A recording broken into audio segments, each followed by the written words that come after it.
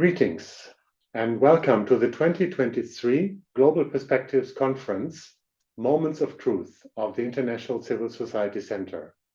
My name is Wolfgang Jamann, I'm the Executive Director, and I'm incredibly proud to present to you the Global Perspectives Conference, which we're convening together with our partners, CIVICUS, the CyberPeace Institute, the International Council of Voluntary Agencies, and the West Africa Civil Society Institute. It's a conference that brings together not just the shareholders and the community of the Civil Society Center, but many of our partners, many individuals and organizations that are trying to improve the state of the world. I think we're all concerned about inequality, about injustice, about the struggles to save the planet from climate change. We're also concerned about geopolitical developments, about conflicts, about things that cause misery to vulnerable groups and marginalized groups. The best to address all this is collaboratively, and that's the ambition of the Global Perspectives Conference, to understand how can we work together in an innovative way, because that's what we need in the sector as well, to come up with new ideas and learn from each other. The panels will address critical issues like shrinking civic space, the challenges that come through mis and dis and malinformation accelerated by artificial intelligence. We're also very concerned about the need to transform the sector to be true to our ambitions of decolonizing and shifting power. And lastly, we want to pursue more diversity and inclusion in the sector as a collective ambition. And with that, I want to welcome and also appreciate my gratitude to four wonderful panelists that we have together with us. Start alphabetically with the organization. So we have Lysa John, the Secretary General of CIVICUS. We have Mirela Shuteriqi, who is the Director of Policy of the International Council of Voluntary Agencies and has just been for the last 7 months the Interim Executive Director. Congratulations also for having found a new ED just last week. We have Stéphane Duguin, who's the I think CEO of the CyberPeace Institute based in Geneva, a long-term friend and supporter of the sector. And last but not least, Nana Afadzinu, the the Executive Director of the West Africa Civil Society Institute based in Ghana. Just by listening to whom we have on the panel, you can imagine that we will get very diverse perspectives. All of you are working on critical developments in the sector. All of you have an incredible amount of knowledge, of expertise, a wonderful network that you're working with, but you all come from a slightly different angle and from a different viewpoint. So our ambition in this panel is to listen to your viewpoints. What do you think is critical right now? But also, how can we learn from each other and how can we collaborate more? So with that, and with a very simple question, I want to turn to the panel. The simple question is, what are the big developments that you're currently seeing in the sector and what you and your organization is dealing with? And added to that question is, are we actually experiencing trends that are still linear and incremental? Or are we actually at some critical moments which really require a different gear, a different speed, and maybe a systems change? So let me turn to Lysa John. What do you see from your side? Thank you, Wolfgang. And it's really heartening to be here, especially because it's such a difficult time for the world. And honestly, it's one of those times when you feel like you've taken 5 steps ahead and then are pushed back 7 steps in terms of just agreeing on global governance norms, especially, and the ways in which member states whom we rely on for the peace and stability of the world work. So having this conversation is really helpful because it just allows us to remind ourselves of how much we've achieved and how much civil society continues to achieve even in the most difficult circumstances. To respond to your question, we've been tracking the state of civic space in several ways, and particularly through the CIVICUS Monitor, which marks its 7th year as a research platform this year, just last month, in fact. I think what we can clearly say, it's not just a matter of piecemeal shifting of trends and the imposing of phased restrictions. There's a deliberate strategy to disempower and completely disintegrate civil society in the way that we know it across the world, and that kind of plan and effort is coming through so clearly when you see the range of restrictions that have been introduced across the last 4 to 5 years. Some of us will remember that before the pandemic in 2019, we were at a stage where in every single region in the world, there were large-scale protests against governance, misgovernance, economic misgovernance, political misgovernance. There was really an uprising, and then we had the pandemic, and that there was a shutdown for several months. A lot of governments used that as an excuse to ensure that organized, protests didn't happen, that people weren't really able to communicate freely with each other. And then what we steadily saw increasing was, a range of laws to curtail the freedom of expression, the freedom of association, and the freedom of peaceful assembly. So in myriad ways, where through either economic, legislation where local civil society organizations aren't allowed to receive resources, or simply prevented from even associating. In several countries, you have LGBT plus groups, for instance, being banned and not allowed to function.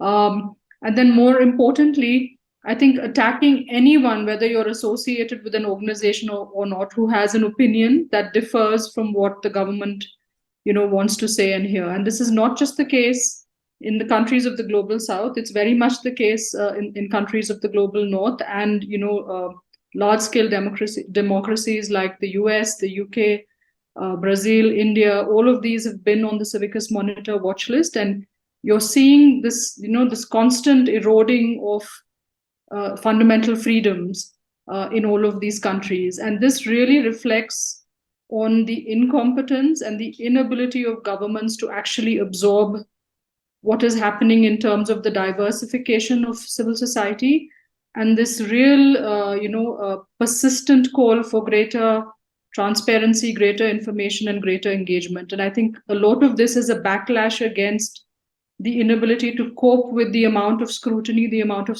engagement that particularly the younger generation of communities and citizens are demanding and are able to actually access through technology. And there are other people on the panel who can speak better to that.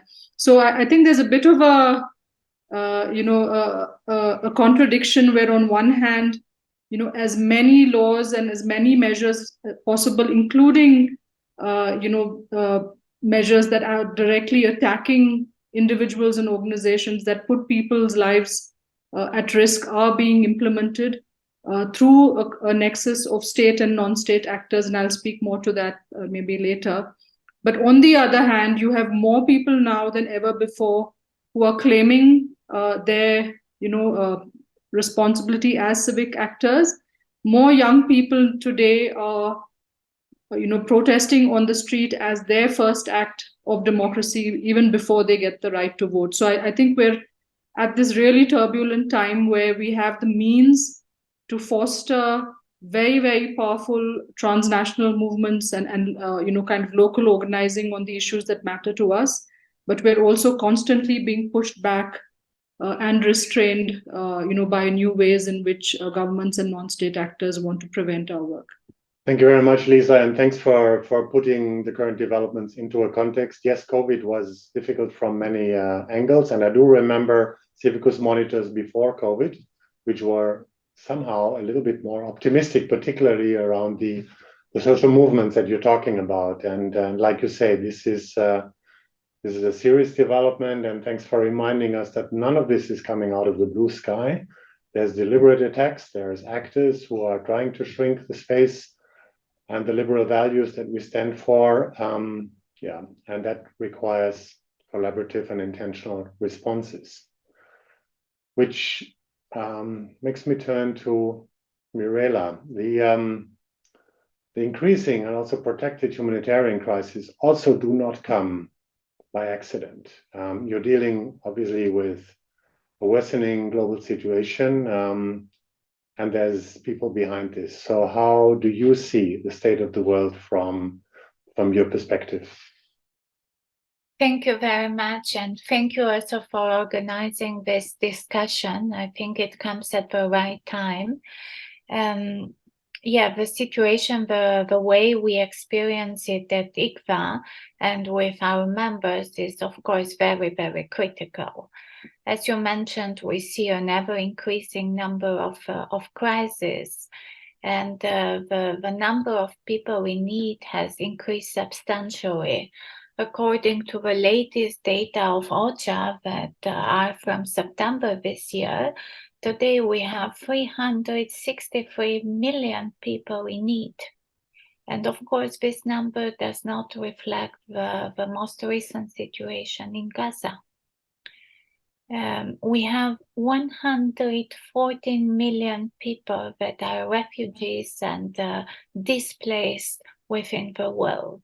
And of course, conflict and climate change are some of the main drivers behind this situation. The crises that we face today are increasingly complex, and they are protected in character. 83% of people in need today live in countries that have had emergency response appeal for at least 5 years straight. So what we see is that this situation cannot continue anymore. Human rights violations are behind these situations. And then once we have an emergency situation and a conflict situation, unfortunately, again, we see a disregard for international law, and here in specific for international humanitarian law. I think we are really at the moment where we risk that disregard for international humanitarian law becomes the norm. I can give you some concrete examples. The situation in Sudan for the last couple of months, with brutal violence costing the life of civilians. And again, we see not sufficient international pressure on the parties to the conflict to stop it. And we see no efforts and impunity towards the perpetrators of grave violations of international humanitarian law. In the last week, we are all following the situation in Gaza. It is unacceptable that civilians are kidnapped and targeted in Israel. It is also the suffering of Gazians that disturbs us, the civilians being under attack and the civilian infrastructure. So we see this dynamic, and we require more international efforts to bring a cease to the different conflicts and to allow humanitarian intervention and humanitarian aid reaching people in need. Unfortunately, this is not sufficient in many of these contexts. And humanitarian space, consequently, the space that NGOs have to access population in need and support them, has been shrinking consequently. According to aid worker security data, 116 aid workers were killed only in 2022. The far majority of them were, of course, national staff working for NGOs, both international and national NGOs. NGOs in particular find it difficult to have access nowadays to groups of populations or NGOs are being asked to compromise in order to get access to these specific groups of population that need and are entitled to need. There are different types of restrictions that we see. They are imposed by the government or the armed groups that control the territory. We also see some restrictions as a result of measures taken by donors and partner agencies. I refer here, for example, to the impact of counterterrorism measures in terms of humanitarian aid. So NGOs have increasingly to deal and navigate this very complex situation. And because of this complexity, I have also to say that the cost of delivering aid, including by NGOs, have increased substantially in the last year. And it's a bit, it's a paradox, because on one side, we have an increase in funding for humanitarian aid worldwide. But still, the difference between what aid costs and what the funding available is 5 times more today than it was a decade ago. And again, the donors that support humanitarian intervention have remained the same donors. And this creates also a problem for them politically, internally, within their constituency. So we are unfortunately hearing these days that NGOs and all the humanitarian sector has to do more, but with less funding available. So yeah, the situation is very complex and very worrying. Thank you, Mirela. Thanks also for giving us a bit of a context of not just an increasing, but really a dramatically more complex situation in the humanitarian field. Civil society is trying to come to terms and address and respond to the challenges that have been outlined. Nana, your institute, your organization is one of the champions when it comes to transformations in the sector. The power shift, the terms are always not easy to use, but the localization agenda, the grand bargain, and other things have brought a lot of commitments on the table. But are we good enough as a sector to respond both to dramatic external pressures, but also the need to do things differently? Very, very interested in hearing your perspective. Thank you very much, Wolfgang. I want to align with all the issues that they have raised, the polycrisis that we find ourselves in. And related, in different ways, looking at issues around, you can talk about the pandemic that happened and how it affected civil society. And actually, in 2 ways. One is that it showed us we are all human globally. It was a leveler in many ways in how it affected everybody. But it also showed that because of the kind of system that had been run when it comes to supporting civil society, the whole international development aid system, the inequity that was in it. And so you actually found that civil society organizations, organized civil society in the global south in particular, suffered even more in terms of the kind of engagement that they could, and they were not resilient enough because of the kind of system that had been run throughout. So the pandemic was there. You also, of course, have then the kind of issues that Lysa talked about, where actually that civil society had globally in terms of engaging on social justice issues. That support has dwindled drastically. The political will that was there to support civil society organizations in the work that they were doing has dwindled. We don't have that kind of system that was supportive of human rights, supportive of social justice, social protection issues. That is something that has dwindled. Of course, then you had issues like Black Lives Matter that kind of, shined a light on the inequity, racism globally.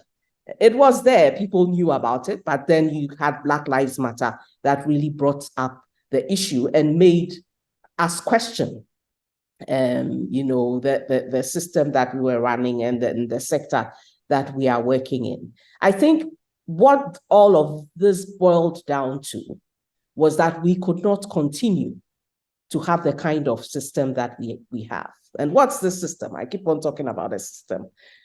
It is a system that is colonial in its structure. Colonialism and what we call coloniality actually has played a major role in the structure of development cooperation and how it is done. It determines who is deemed knowledgeable and has expertise. It determines whose resources are accepted as the important resource and what resource we value. It determines who benchmarks success and monitors it and evaluates performance to meet those benchmarks. It determines the level of risk adversity and who is seen as the one who is high risk, who are the ones who should be high risk. And the colonial order of things treated, the global South, actors in the global South as in need of saving, of being pitied. They are not knowledgeable enough, not trustworthy enough. And the resources from the colonized are mainly extracted without acknowledging their value or attributing it. So I wish we could say this has changed, but after post-colonialism, it is a system, and so it has continued. And that is the way development has run.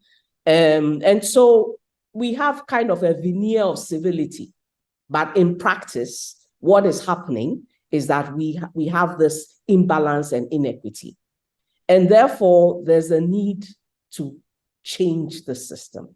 And that is why the issues and the movements, the initiatives around shifting power, which is about rebalancing the power that we have, localization, which is not about INGOs or international organizations opening local offices, but rather about having local, civil society lead in their own development and be at the decision-making table and be the ones making the decisions that affect their own development, and looking at the system as a whole in the different aspects of it and ensuring that we have equity in the system and we shift power. So the question you asked, is it something that is just one-off, something that has just happened, or is it that this is something that we have had issues that have occurred consistently that have led us to this place? I would say it's both. I think that the issues around the inequity in the system, particularly in the global South, is something that civil society organizations have complained about for a very long time. But the challenges that we've had in recent times have pushed the discussion to the fore. And so now you have it being, bilaterals are discussing it, organizations, civil society organizations in the global South are pushing the discussion. Philanthropy is looking at it. It is now a movement. And you have different parts of the ecosystem engaging that discussion. Great, Nana, and thanks for your able assessment of the situation, which includes both. Overcoming a system is a big task. At the same time, you're showing that there's energy in the sector. We all know there is more than just lip service, despite the fact that it's a long way. Stéphane, coming to you.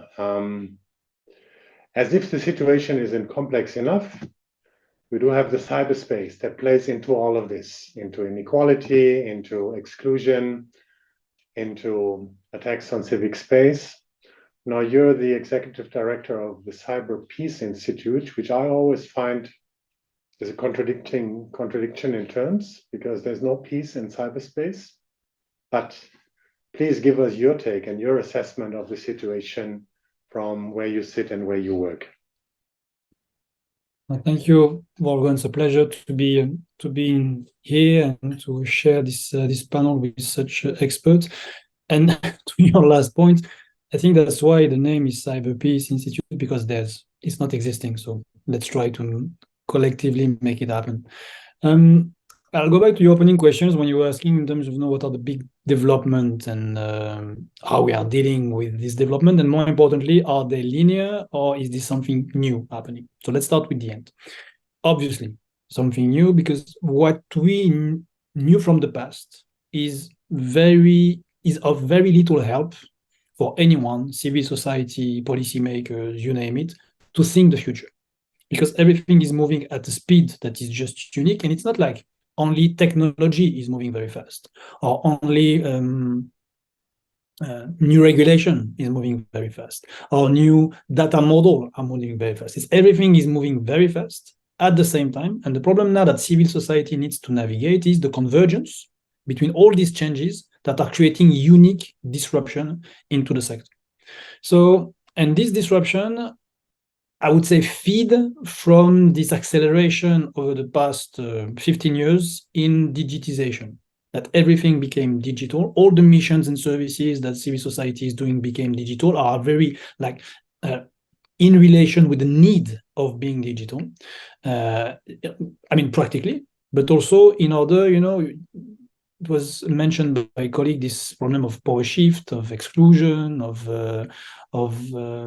difference of the weight of the seat that you have on the table. I mean, if you are in the digital divide, you don't access the same tool as others in the world, you don't access the same capabilities, then you are suffering from your digitization roadmap. And at the core of digitization, there's really 4 angles that now are all moving very fast and are colliding almost in a real time to create new challenges. So it's everything about the data. So the data that an organization needs to use today to understand, to protect in order to be operational. The technology that you use in order to make sure that you can maneuver this data and deliver your products. What this means from the human point of view, what kind of skills do we need to have, the new understanding, or what does it mean for workforce engagement, retention? And all of this is happening in the ever-changing legal framework. And we're not talking only national laws where civil society or NGO are active. I mean, a lot of us are global by nature. And every time that a hyper-local service is delivered, this service is not only impacted by the national framework, but also with extraterritorial body of laws that are impacting the whole planet. Things GDPR or a lot of new regulation that, for example, the EU is putting in place. So I would like to put this into light with 2 examples. How these disruptions are affecting today the work of civil society. The first example is around security. So digitization, a lot of activities are internet dependent, are technology dependent, which means that for a lot of civil society, it totally changed the threat landscape, the threat surface. Basically, what technology and data are you using that could be interesting for someone to access or to attack, and then who wants to attack you? And the worst when it comes to NGOs, civil society, is that they can face attacks coming from criminal groups, because criminals, their intent is financial. And when there's a never-ending crisis situation as we are facing for years now, emotion is on the surface and money is moving from A to B in order to support aid, in order to support response. And criminals are attracted by this money flow and they go to the weakest link. And a lot of times, civil society is the weakest link because there's no capacity, resources to invest in proper cybersecurity. At the same time, state actors are also targeting with enormous mean civil society organization. Why? Because suddenly they're active in a region, like for example now in the escalation and what we see in the Middle East, this incredible surge of violence, and or what happened after the 2022 invasion of Ukraine. I mean, you're an NGO, you're active in a region that was not in conflict, that was not at war, where there was not like mass murdering, and suddenly because you start acting in this space, you became the potential targets of actors that are very well resourced in order to go into your network. And the thing is, this is happening. I liked before what was mentioned by the colleagues about this shrinking space of human rights defender, of civil society. It's interesting because we see this space shrinking, But at the same time, we don't see from states the ambition to shrink the space of malicious actors. I mean, where is the real collective ambitions to shrink the space of criminal groups or malicious use of the internet by state themselves? So the security example is a good one. I mean, we in the CyberPeace Institute put in place a humanitarian cybersecurity center for that purpose, in order to have a capacity for NGOs to get free cybersecurity in order to protect the services. And we could also put in place free cybersecurity deliveries on the basis of global volunteering in order for the NGOs, to be empowered into their own cybersecurity journey, which we think is really critical around the data. Another example could be around AI. So maybe we're going to talk about this afterwards, but we're talking about power shift. The fact that AI went through such a surge of evolution over the past months created obviously a power shift in between the organization that can harvest it or cannot, but also within civil society organization, we see a shift of power in between, the early adopters and the more late adopters, and this is shaking everything. It can also put into a new light of assessment the legitimacy of certain civil society actors, because the type of services that they were doing is suddenly mimicked or copied or duplicated somewhere else with technology that allows to scale very fast. And then this whole distribution of the legitimacy and in a way of power can be impacted. But on AI specifically, you can come back to that with how to address this evolution within civil society organization with like hands-on advice that we'd be happy to share. Excellent, Stéphane, and thanks for really illuminating this extra dimension, which is playing into almost everything we're concerned about, and not just because of acceleration.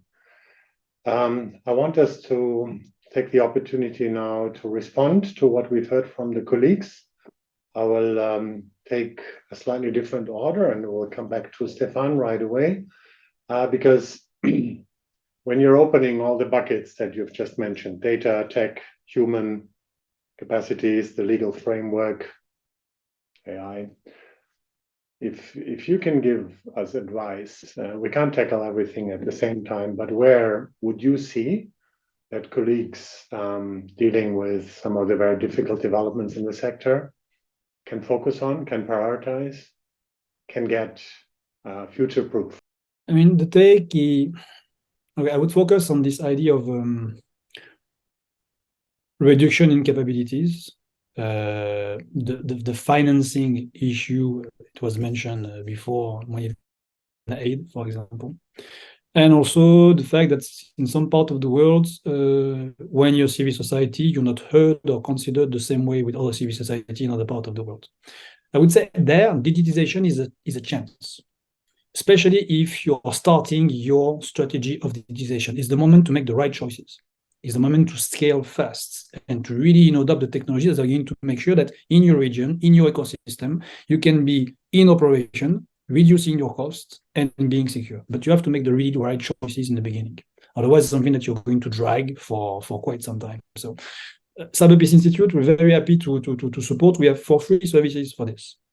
We have a global program, the CyberPeace Builders. We provide for free cybersecurity. We just, you can find this in our website, publish our own journey to put a ethical use of AI within our own product and services, because we were there, out there, talking about AI, giving advice, a bit lecturing, and without even an internal policy about how we use it in the institute. Doesn't make any sense. But the journey that we had to go through to put some very operational use of AI in the organization, I would think this is something that any civil society today needs to put in place. It creates the culture, it creates the maturity of how to use technology, and I really think it can be a game changer when it comes to digital divide and access to technology. Thank you very much, Stéphane, and also thanks for the service that the Institute is offering. Mirela, I'm moving to you now, partly because, the humanitarians are known to be quick, agile, early adopters having to deal with deficiencies, and after what you've heard from Stéphane, but please also after what you've heard from Lysa and Nana, where do you think are trends that the humanitarian sector should engage in more seriously, and is there something that we're overlooking or not considering well enough? I think there is a lot to be improved in all of us work. Of course, we also expect a renewed commitment by states, a renewed commitment to the UN Charter, a renewed commitment to international law, and to addressing impunity for human rights violations, for violations of international humanitarian law. What can we do better as NGOs? Very good question as well. And I think we have already undertaken some steps in the right direction. If we look at the work being done on improving efficiency, the work being done in improving partnerships, making the partnerships more equitable, working better in complementary, working better together. And then I would focus also a bit in specific on the role of national and local actors. I think today there is a better recognition of the importance that they play, being on the front line of all the humanitarian intervention. However, in terms of concrete support that the international systems provide them with, I think we need to do better in the future. And again, steps are being taken in this direction. There is a progress in the localization agenda, but I do think it's not enough, and we should do better. We should give better access to funding to national and local actors. We should listen better to them. We should work with them from the very beginning, co-design together, and not look them as only implementing partners of projects that comes from elsewhere. So yeah, these are some of the issues we need to progress better. And of course, technology that Stéphane spoke about. Technology can provide great opportunities for all if it is used ethically and if it is used for the right purposes. And Stéphane already mentioned how some civil society organizations use technology, especially in terms of data protection, but also to ensure better access of population in need of support. So here again, I think we have an area where we can do better in the future. Thanks, Mirela, and I definitely love the ambition and of course the plea for further collaboration. In the final round, I will challenge all of you a little bit because there need to be some concrete ideas, some more, thinking about how to put things into practice. Maybe some of the initiatives that we have seen that work well and need to be expanded, accelerated, which brings me to Nana. I mean, you're a champion for convening and collaboration. You are leading the Ringo project. What can we learn, and what have you learned from your colleagues where you say we can improve? I think that I would say, first of all, that there is need for introspection and a certain acknowledgement of what the system is, the inequity in the system. And I think that has been challenging for many who are privileged within the system. And that is important. It's important for that to happen. And apart from that introspection, to actually act on it. And so the systems change initiatives that are happening are opportunities for organizations, for agencies to engage and really change the way they work, the way they think, and the way they engage.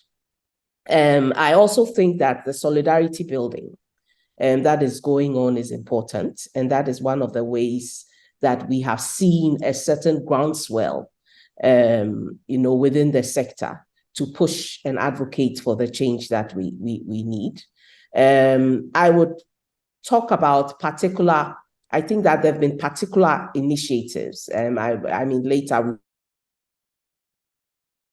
Ringo initiative, which we have mentioned, which is reimagining INGOs, and is actually looking at INGOs as one of the actors within the system that could actually, transform the way things are because of where they are positioned within the system, and using that and working together with global civil society to transform the whole sector. I think that INGOs could be part of the Ringo initiative, which is looking at how do we put into practice all the things that we have been saying. And so having prototypes that actually work, that address issues around risk aversion, risk and compliance, look at areas, that you could look at things like innovation, like reverse call for proposals, where you can look at decolonizing advisory communities, that could support the process. Look at areas around the lexicon, the kind of language that we use and the way we use it. Look at things like untying aid, and how we can address that challenge as well. So I think that Ringo offers that opportunity, which also includes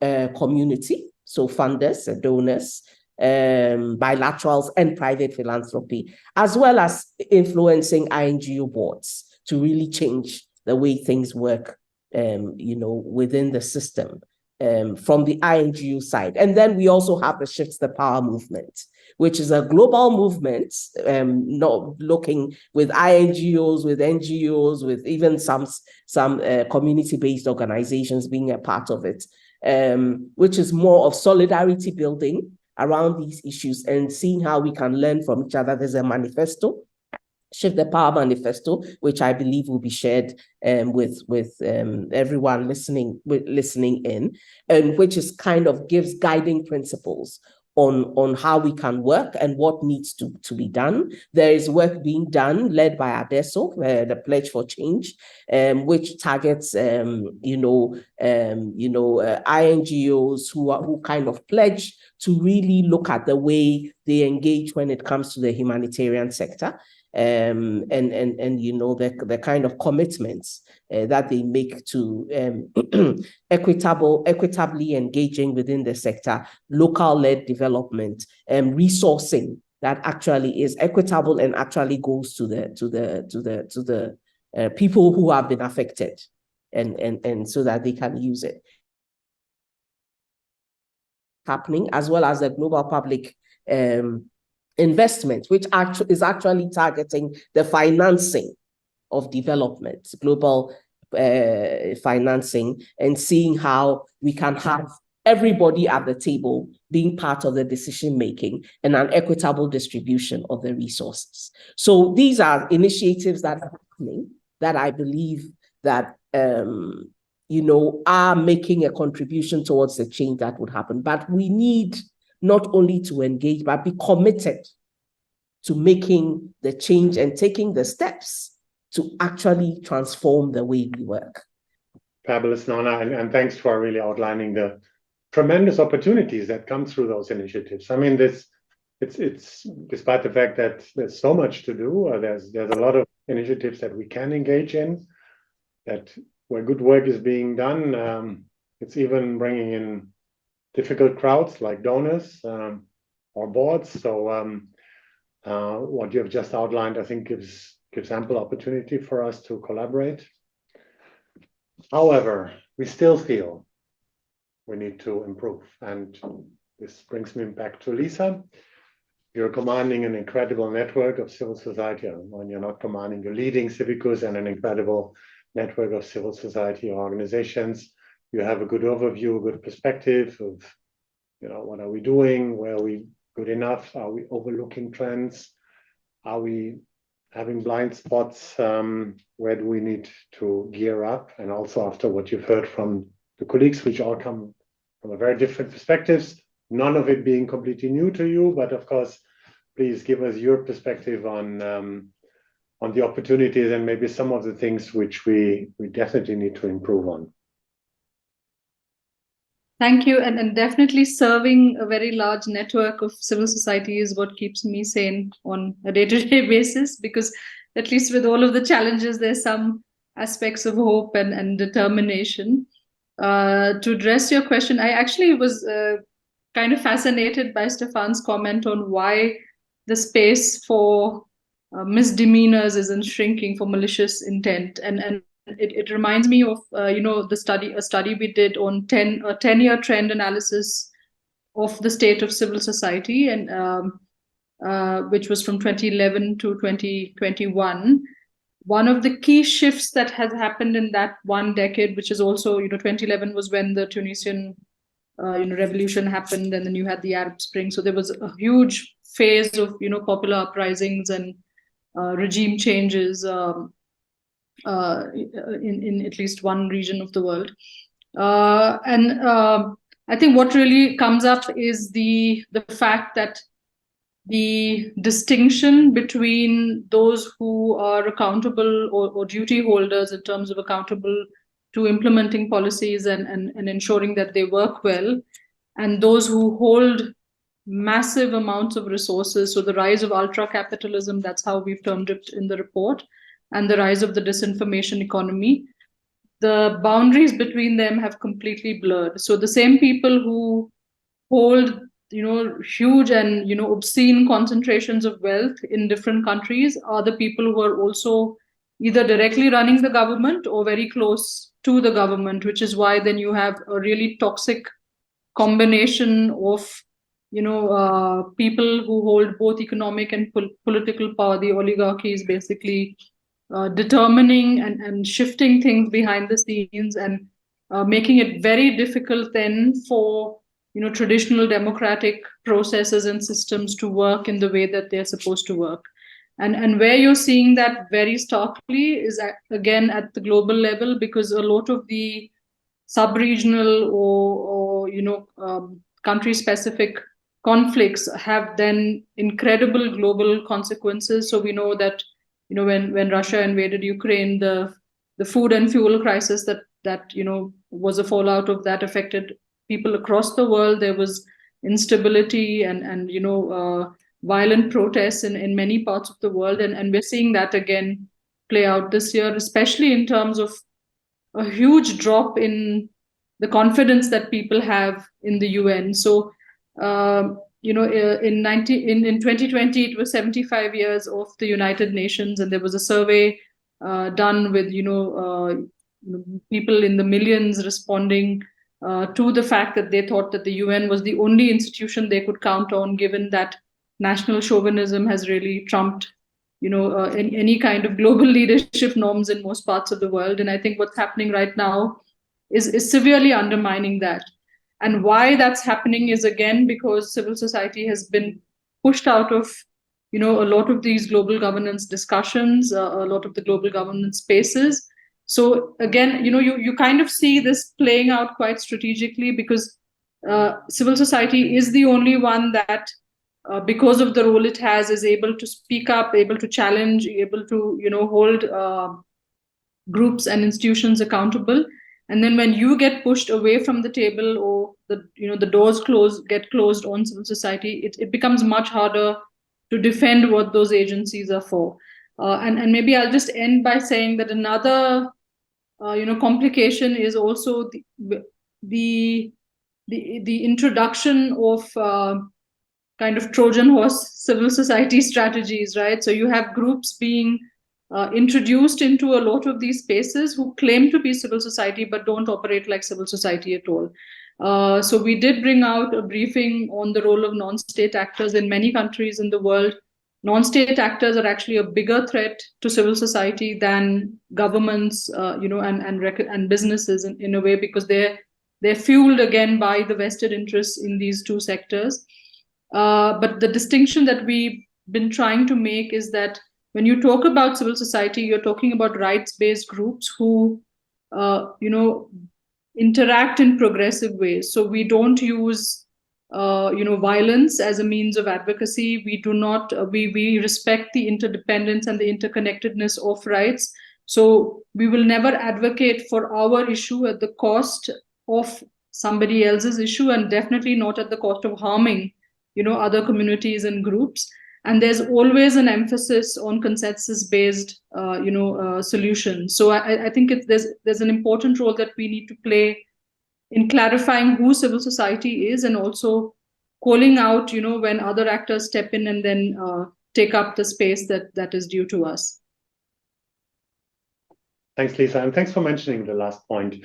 I mean, there's an increasing and increasingly educated discussion about, however you want to call it, non-state actors, you say, but anti-rights groups, which claim to be civil society. And civil society is not about how we are formed or organized. It's about values and about the deeply rooted kind of common understanding of a justice focused world that we're trying to work on. We're rights-based, we are values-based, and this is not something that is being shared by the groups that you've mentioned. So I think it's worth keeping that in mind. We do have a minute or so to hear from everyone. Is there anything concrete? Yes, we would love to come out of a discussion like that and saying, okay, here's a grand coalition of X, Y, or Z, which is, as we all know, not reflecting the complexities of the world and the organizations and the networks we're in. However, there are opportunities. Lysa, you've mentioned the UN. The UN is coming up with some ideas around common futures, with the Future Summit that they're planning for, including all kinds of things, youth engagement, a social pact, a digital compact. I mean, there's things that are happening which I feel that civil society is not yet well represented in. We're celebrating next month, the 75th anniversary of the Declaration of Human Rights. Now, these are high-level opportunities, and we know what happens at those opportunities sometimes, which take away energy rather than give. But however, with what you know and what you see, is there the one or the two ideas that you may want to suggest both to your colleagues on the panel, but more so for the audience that is listening to us, that we should not miss out? One is that, in 2025, the UN will be electing a new Secretary General. I think we need to start now to call for a feminist leader who is absolutely got the back of civil society and is committed to civil society participation. There's a need for a radical kind of reform in the way that civil society engages with the UN, not just in person at headquarters and at kind of key places, but in a hybrid way, right? We need a lot more local voices to be part of decision making and negotiation. So that's one clear opportunity we have. There's going to be a lot of work next year going on alongside the various summits, but also on this track of we need to have the civil society envoy before we have a new Secretary General of the UN who's somebody who supports civic space and civil society. The second really is very much linked to the fact that next year is also a time where you have a number of national elections taking place, including in the UK, US, South Africa, and India. And I think ultimately the UN is a convergence of member states and of national formations. So we do need to track these processes. This is where disinformation and violence really peak in the lead up to elections. And then the outcomes of those elections determine the kind of quality of leaders we're going to have at the global level. So all of us with our networks, that are transnational, we really need to be working and ensuring that the issues of justice, the values that you just mentioned, are very much part, of the dialogue and the narrative that shapes the outcomes of these elections. Great, and thanks for reminding us. We are not just implementing agencies. We're not just organizations that are trying, to improve the world. We are also a significant part of our national and international regional societies. So we have a responsibility that comes with it. Elections is one piece. Engagement with processes around the UN is another one, complex as it might be, but thanks. And also I have to say thanks for the great role that CIVICUS played over the last SDG Summit and the UN General Assembly. It was great to have so much visibility from you on behalf of the entire community. Stéphane, what should we not miss from your point of view? Quickly, then it's going to sound like a very basic reflection, but here I go. If you look into how threat actors are organizing themselves, they are in a as-a-service model. It's more and more the exception that a malicious act, an attack, a do harm ambition is done by a single organization in a centralized way. It's as a service. I franchise the attack, I subcontract the deployment of the malware, I make sure, that this is a collectivity. I would argue, if you want to build capacity against this model, you need to have a similar model. So, civil society, and I like what was reminded just before, what we mean by civil society, has a role to be demanding when it comes to the human interest. That's where the knowledge is, that's where the ambition is, the voice is. But I would also argue that alone we cannot achieve scale and we cannot really, cope with what is happening there. So I would say to create a demanding, very demanding, but still existing interface with, of course, other civil society, but also with the private sector, with also academia, other actors that have means, capacity, tools, staff, talent, in order to help that something collective. And that's really where I see there would be scale and sustainability into the response. Otherwise, we may risk exhaustion of resources, and in a world that is moving so fast that it would be difficult not just to keep up with our capabilities over the long run. So that's in a nutshell. In fact, we look into this process into if you look at aid, just look at humanitarian as an example. So it's a chain. It's a long chain of activities from the UN via the INGOs, via the NGOs, via other civil society volunteers. And if you think about the threat in the middle of this chain, it just moves everywhere. The data is moving everywhere. So if you just secure one part and not the other part, you don't secure anything. And to secure everything, it needs really much more ambitious partnership, like operational partnership, than one we're having. Thanks, Stéphane. And in a minute from you, Nana, you've mentioned a couple of ongoing and exciting initiatives, but what else, from your point of view, should we not miss out? I gave the details of what it is. I think what I'll say now is how to join. So if they're interested in the Ringo prototype that you can be a part of, you can join the Funders Action Pod, you can join the INGO Action Pod, you can be part of the community gatherings. So these are the areas where people could join. There's Shift the Power movement. There's a big summit that is coming up in Bogota from December 5 to 7. If you can make it there, be there. I think that is the place to be. The Pledge for Change, you can sign up. It's led by Adesso. You can sign up to the Pledge for Change as well. And the GPI network is also open to have more members join it, because we do need that strong voice to push for global public equitable financing. So encouraging, and you'll definitely see some of our stuff at the Bogota Summit. So even in international civil society organizations, there is a willingness to shift power. Mirela, last word from you, from the humanitarian side, but please not limited to it. Where should we engage?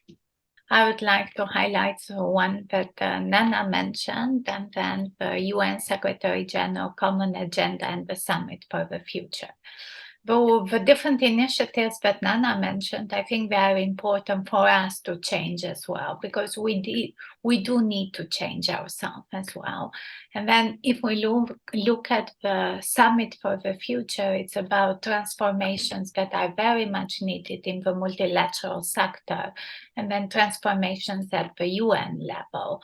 I think we need a UN that walks the talks in many of the commitments that it has undertaken, and that really goes and promotes a different culture of collaboration with the different actors. And then for me, what is crucial is that we have a crisis when we speak about climate change, but this also provides us with an opportunity. And sometimes we do need some common threads to bring together all our efforts and to come up with a solution that is better than the current solutions that and the mechanisms that we have today. So let's use this as an opportunity to work together for better social justice around the world. For me, addressing climate crisis is also about addressing social injustice. Thank you, everyone. Despite the difficult state of the world that we're all in, I think this panel has shown a lot of energy, optimism, practical ways forward. I want to thank you for that, for who you are as a leader, networks that you're supporting and serving, and the ability and the willingness to work together. Thanks again for the panel, and wishing everyone an exciting conference the rest of the day. Appreciate us all being together.